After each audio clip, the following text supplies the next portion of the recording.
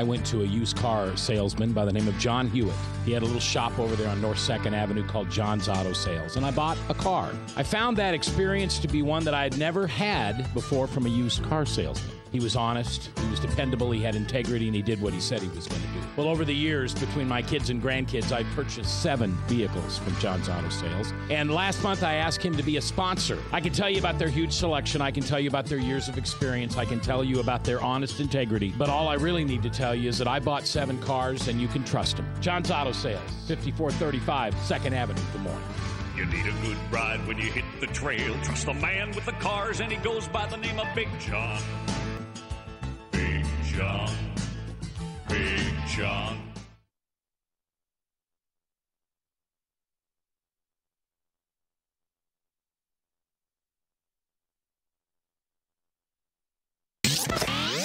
From the RE/MAX Real Estate Concept Studios, this is Webcast 1 Live. Welcome back, everybody. We're talking the Greek debt deal that finally came down after just sort of a sprint to the finish line, or maybe it was sort of a sprint with a big, where the finish line was just a bar and everybody kind of ran into it and fell over all at the same time. It's the deal. No one loves the deal. No one really seems to understand the gravity of the problem, although they see the effects of it. I mean, folks in Greece are hurting badly. And Doc and I are not economists. We're sort of more political observers. We have a certain amount of understanding of how this stuff shakes out politically, but everything that you hear from the guys that are the experts, at least that I've heard from the folks that are arguing austerity doesn't work, but also the Greek government needs to reform as well. They just say, hey, why don't we all take some responsibility here? Is that the Germans have always been willing to pony up the dough. The Germans always have been. They don't like it. There's a significant portion of the population that doesn't want to, but the government has 59%. Right. The government has always been willing to, for the exact reason that you suggested, that if Greek gets out, Portugal is next. Ireland falls after, like Italy. The big ones. The European Union was never the Eurozone itself. The single currency was never meant to be a situation where countries could get out after they got in. It was always meant to be one thing forever for life. That's it. That's one of the reasons why Great Britain never got into it, because they were afraid they'd never be able to get out. So the issue is, back in 2009, 2010, when this is really starting to get ramped up and terrible, there was an opportunity for system-wide reform, not only to Greece, but to the Eurozone countries themselves, with significant real debt forgiveness for Greece in exchange for significant political reforms when they had a more conservative government that was willing to listen to people. Instead, the relief wasn't enough. The austerity was too much, and what ended up happening, the Greek population revolts because it looks like, and it feels like, which is even more important in this kind of situation, that they're balancing the budget on the backs of their pensioners. And when that happens, everything kind of goes by the wayside in terms of political discourse and leadership and the rest of it. Well, and I agree. Here's part of the problem with the Greek issue. I don't think anybody understood exactly how bad off Greece was. Well, they thought they could grow their way out of it. And the problem is they picked the wrong economy. Number two, and this is part of the issue, yeah, they may be trying to balance part of this on the back of their pensioners, but their pensions are outrageous. They're outrageously expensive. I mean, these are the people that get the most money for doing the least work in the entirety of the Eurozone, in the entirety of Europe, in the entirety of the entire Eastern part of the hemisphere over there. I mean, it's just phenomenal what these people got paid. So yeah, I believe that has to be part of the solution. I agree with you. There is a point in time, and their window is gone, that they could have done this. But by forcing Greece, and I mean, Greece went in there with, hold on, we have this plan, we're going to do this, help us get some debt relief. And basically, the Germans went, no, we're done lending money to you.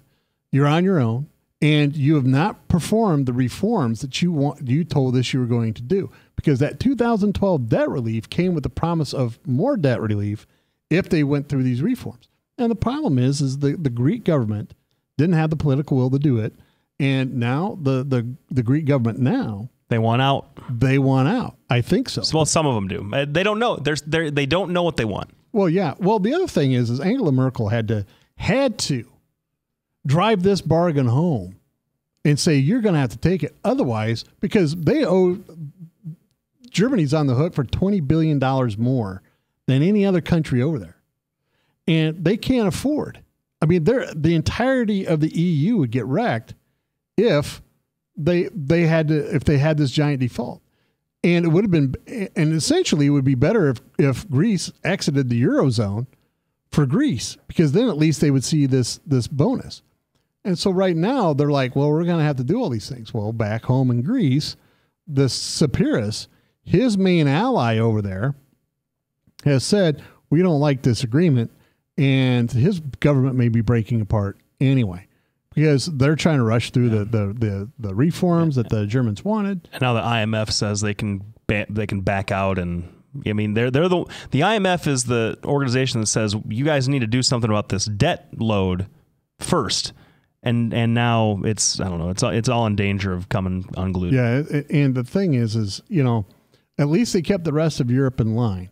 But what's really telling about this whole deal is exactly how shafted Greece was. There's no way. I mean, 70% want to stay in the Eurozone, but 69% don't want austerity measures. Well, those two desires don't go hand in hand at this time. They just don't. So the bottom line is Germany has managed to keep the EU together, and we've talked about this before. Germany has managed to do through the EU what has failed to do in war after war after war, and that is be dominant over Europe. And Russia has finally got to do what it wants to do, and that is be a major European player, because they're making all kinds of deals now, banking deals, land deals, oil and gas pipeline deals with the Greeks. The Chinese are starting to come in. I was reading an article right before I came over about how China is approaching the Greeks. Well, I was thinking about that, and I was listening to a couple of folks talk about why the Eurozone is in such a shambles, because somebody made the point, and this is interesting, about talking about the United States and our economic union. We have 50 states of very different economic classes and backgrounds and different things. It's, Germany, the way that Germany is with respect to Greece, one guy compared it to Connecticut and Alabama, where Alabama takes a lot more in than it produces, and states like Connecticut, Massachusetts, New York, Iowa to a certain extent pay out a lot more than they receive from the other states in the form of revenue from the federal government or what have you, spreading it around the way that we do pretty well. Actually, we're able to kind of distribute cash to different poorer states and things of that nature. And I thought that was really interesting. And so what this commentator